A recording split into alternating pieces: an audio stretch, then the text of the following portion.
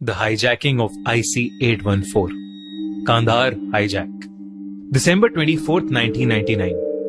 Christmas से ठीक एक दिन पहले दोपहर के समय एक इंडियन एयरलाइंस की फ्लाइट IC-814 अपने 176 पैसेंजर्स के साथ नेपाल के काठमांडू से इंडिया के न्यू दिल्ली की उड़ान भर चुकी थी। मगर उस फ्लाइट में बैठे पैसेंजर्स और क्रू को ये नहीं पता था कि ये उनकी जिंदगी का सबसे खौफनाक सफर होने वाला है। इस फ्लाइट के कैप्टन देवी शरण आराम से फ्लाइट उड़ा रहे थे, पर उन्हें उस वक्त बिल्कुल आइडिया नहीं था कि उनकी फ्लाइट के साथ अभी कुछ ही देर में क्या होने वाला है। 5:30 बज चुके थे और कुछ ही देर में दिल्ली आने वाला था। लेकिन बीच फ्लाइट में जब खाना सर्व हो रहा था तो अचानक 5 आदमी नकाब पहन के प्लेन में उठे और प्लेन में चिल्लाने लगे, हाईजैक। उन 5 आदमियों ने इंडियन एयरलाइंस की IC-814 फ्लाइट को हाईजैक कर लिया था। पूरे प्लेन में एक पैनिक मच गया था। हाईजैकर्स लोगों के ऊपर चिल्ला रहे थे और लोगों का डर में रोना निकल रहा था। उन हाईजैकर्स ने सबको सर झुकाकर वहीं चुपचाप बैठने को कहा और फिर एक एक करके उन्होंने सब पैसेंजर्स की आंखों पर पट्टी बांधी। हाईजैकर्स में से एक आदमी सीधा पायलट के कॉकपिट में गया और उसने उस प्लेन के पायलट कैप्टन देवी शरण के सर पर बंदूक रखकर उससे कहा कि वो प्लेन दिल्ली की जगह अफगानिस्तान के लिए मोड़ ले। उसने देवी शरण को धमकी दी कि अगर वो ऐसा नहीं करेगा तो वो लोग फ्लाइट को ग्रेनेड से उड़ा देंगे। इस पर कैप्टन देवी शरण ने उसे कहा कि फ्लाइट में फ्यूल काठमांडू से दिल्ली की जर्नी के अकॉर्डिंग ही फिल किया हुआ है। उनके पास इतना फ्यूल नहीं है कि वो अफगानिस्तान तक पहुंच पाएं। इस पर उन हाईजैकर्स ने कहा कि इस केस में फ्लाइट लाहौर पाकिस्तान में लैंड कराओ और वहां से फ्यूल रिफिल करवाओ। पायलट ने लाहौर में लैंड कराने के लिए पाकिस्तान एयर कंट्रोल से परमिशन मांगी, पर यह खबर मिलते ही पाकिस्तानी गवर्नमेंट बौखला उठी। इंडियन गवर्नमेंट की रिक्वेस्ट के बावजूद भी उन्होंने फ्लाइट को लाहौर में लैंड करने से सख्त मना कर दिया। तब देवी शरण ने किसी तरह टेररिस्ट को अमृतसर लैंड करने के लिए मनाया ताकि वो वहां से फ्यूल रिफिल करा सके। ये इंडियन गवर्नमेंट के लिए फ्लाइट में फंसे हुए लोगों को बचाने का एक सुनहरा अवसर था, क्योंकि फ्लाइट अब इंडिया की सरजमीन पर लैंड हुई थी। पंजाब गवर्नमेंट देरी ना करते हुए अपने फाइटर जेट को प्लेन के पास उतार के रेस्क्यू ऑपरेशन करना चाहती थी, मगर सेंट्रल गवर्नमेंट को डर था कि कहीं इस ऑपरेशन में कोई कैजुअलिटी ना हो जाए, मतलब कि कोई इनोसेंट बिना वजह मारा ना जाए।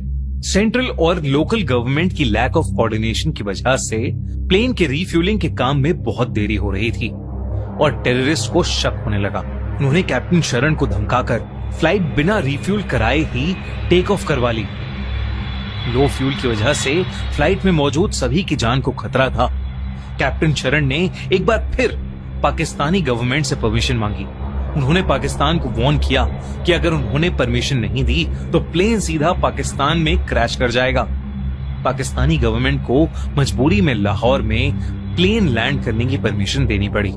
पाकिस्तानी एयरपोर्ट अथॉरिटीज ने प्लेन को रिफ्यूल कर दिया और इसके बाद फ्लाइट ने दुबई के लिए उड़ान भरी।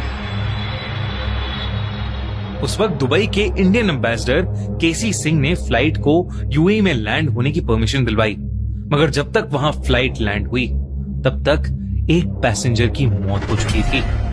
25 साल के रूपिन कटियाल की हाल ही में शादी हुई थी और वो अपनी पत्नी के साथ अपने हनीमून से लौट रहा था जब उनमें से एक हाईजैकर ने उसको गोली मार दी। कई पैसेंजर्स घायल भी हो चुके थे। दुबई लैंड करके 27 पैसेंजर्स को एयरपोर्ट पर ही छोड़ दिया गया और रूपिन कटियाल की बॉडी को वहीं फेंक दिया गया। अब तक इंडियन गवर्नमेंट को समझ में नहीं आ रहा था कि हाईजैकर्स का मोटिव क्या है, क्योंकि अभी तक उन्होंने अपनी कोई भी डिमांड्स नहीं रखी थी। इसी दौरान इंडियन गवर्नमेंट ने यूएई गवर्नमेंट से रेस्क्यू ऑपरेशन करने की परमिशन मांगी, पर यूएई ने यह रिक्वेस्ट डिक्लाइन कर दी। एक बार फिर फ्लाइट ने उड़ान भरी और अपने फाइनल डेस्टिनेशन कांधार अफगानिस्तान में जाकर लैंड हुई। अफगानिस्तान में आज की ही तरह उस वक्त भी तालिबान की गवर्नमेंट थी और इंडिया ने आज की ही तरह उसे एक लेजिटिमेट गवर्नमेंट मानने से इनकार कर दिया था और इसीलिए अफगानिस्तान में कोई इंडियन हाई कमीशन नहीं था। फ्लाइट लैंड होते ही तालिबान के मिलिटेंट्स ने उसे चारों तरफ से घेर लिया। पाकिस्तान के इस्लामाबाद एरिया के हाई कमीशन को नेगोशिएट करने के लिए भेजा गया। वहीं दूसरी तरफ पूरी दुनिया का ध्यान अपनी तरफ खींचने के लिए तालिबान ने हाईजैकर्स और इंडियन गवर्नमेंट के बीच मीडिएशन यानी बातचीत करवाई। हाईजैकर्स ने नेगोशिएशन में इंडियन जेल में बंद 35 मिलिटेंट्स और $200 मिलियन की डिमांड की। तब एक स्पेशल टीम ने हाईजैकर्स के साथ नेगोशिएट किया और रिजल्ट ये निकला कि हाईजैकर्स को 3 टेररिस्ट की रिहाई चाहिए। वो 3 टेररिस्ट थे अहमद उमार सईद शेख, मुश्ताक अहमद जारगर और सबसे इंपॉर्टेंट शख्स मसूद अजहर। पर इन हाईजैकर्स की डिमांड को समझने के लिए हमें 5 साल पहले 1994 में जाना पड़ेगा, जब मसूद अजहर, जो एक टेररिस्ट ऑर्गेनाइजेशन हरकत-ए-उल-मुजाहिदीन का फाउंडर था, फेक आइडेंटिटी बनाकर वो इंडियन अथॉरिटीज को धोखा देकर कश्मीर आ गया था। उसके श्रीनगर आने की वजह थी कि वो कश्मीर में आतंक फैलाना चाहता था। 11 फरवरी 1994 से कुछ दिन पहले इंडियन आर्मी को मसूद के कश्मीर में होने की टिप मिली और उन्होंने उसे 11 फरवरी को कानाबाल के पास अरेस्ट कर लिया। इसके बाद मसूद के टेररिस्ट ऑर्गेनाइजेशन के मेंबर्स ने उसे इंडियन जेल से निकालने के लिए 2 बार कोशिश भी की, लेकिन वो इसमें नाकाम रहे। उन्होंने फिर एक नया प्लान बनाया और जुलाई 1995 में उन लोगों ने 6 फॉरेन टूरिस्ट को कैप्चर कर लिया और सरकार से मसूद को छोड़ने की डिमांड की, मगर सरकार नहीं मानी। 1999 में भी कॉन्स्पिरेटर्स ने कश्मीर में कोट बलवाल जेल का जेल ब्रेक प्लान किया, लेकिन अथॉरिटीज को इसके बारे में पहले से पता चल गया और उन्होंने उन पर गोलियां चलानी शुरू कर दी, जिसमें टेररिस्ट ग्रुप का एक साथी सज्जाद अफगान मारा गया। सज्जाद उस टेररिस्ट ग्रुप का श्रीनगर का कमांडर इन चीफ था और उसके ग्रुप को सज्जाद की बॉडी चाहिए थी, लेकिन इंडियन अथॉरिटीज ने सज्जाद की बॉडी हैंडओवर करने से साफ इनकार कर दिया। अब उस टेररिस्ट ग्रुप के पास और कोई रास्ता नहीं दिख रहा था, तो उन्होंने प्लान बनाना शुरू किया कि वो एक इंडियन फ्लाइट को हाईजैक करेंगे। सितंबर 1999 में 5 लोग बांग्लादेश की कैपिटल ढाका में एक रेंटेड फ्लैट लेकर रहने लगे। इस छोटे से ग्रुप का लीडर था इब्राहिम अतहर। इस छोटे से ग्रुप का लीडर इब्राहिम अतहर अपने चारों साथियों को वहीं छोड़कर इंडिया आ गया ताकि वो सबकी फेक इंडियन आइडेंटिटी बनवा सके। लगभग 2 महीने बाद सबकी फेक आईडी लिए अतहर वापस आया और 5 नेपाल के लिए निकल गए। वो जानते थे कि नेपाल से प्लेन में घुसना आसान होगा। इसके बाद इन टेररिस्ट ने कुछ हैंड ग्रेनेड्स और गन्स इलीगली अरेंज करके प्लेन की बिजनेस और एग्जीक्यूटिव सीट्स खरीद ली और प्लेन को हाईजैक कर लिया।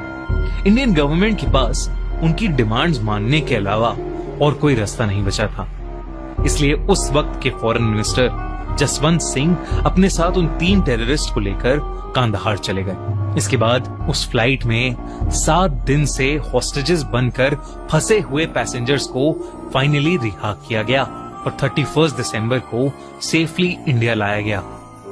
जो 3 टेररिस्ट रिहा किए गए उनमें से मसूद अजहर ने आगे चलकर जैश ए मोहम्मद बनाई, जिसने इंडिया में parliament attack, Mumbai 26/11 attack, Uri और पुलवामा अटैक कराए। इंडियन गवर्नमेंट को उस वक्त शायद ये आइडिया होगा कि करीब 160 लोगों की जान बचाने के बदले पूरी दुनिया भर के लोगों की जान कॉम्प्रोमाइज होने वाली थी, पर उस समय अपने पैसेंजर्स को जिंदा वापस लाना इंडिया के लिए सबसे इंपॉर्टेंट था और तब से लेकर आज तक इंडिया में फिर कभी कोई प्लेन हाईजैक नहीं हुआ है।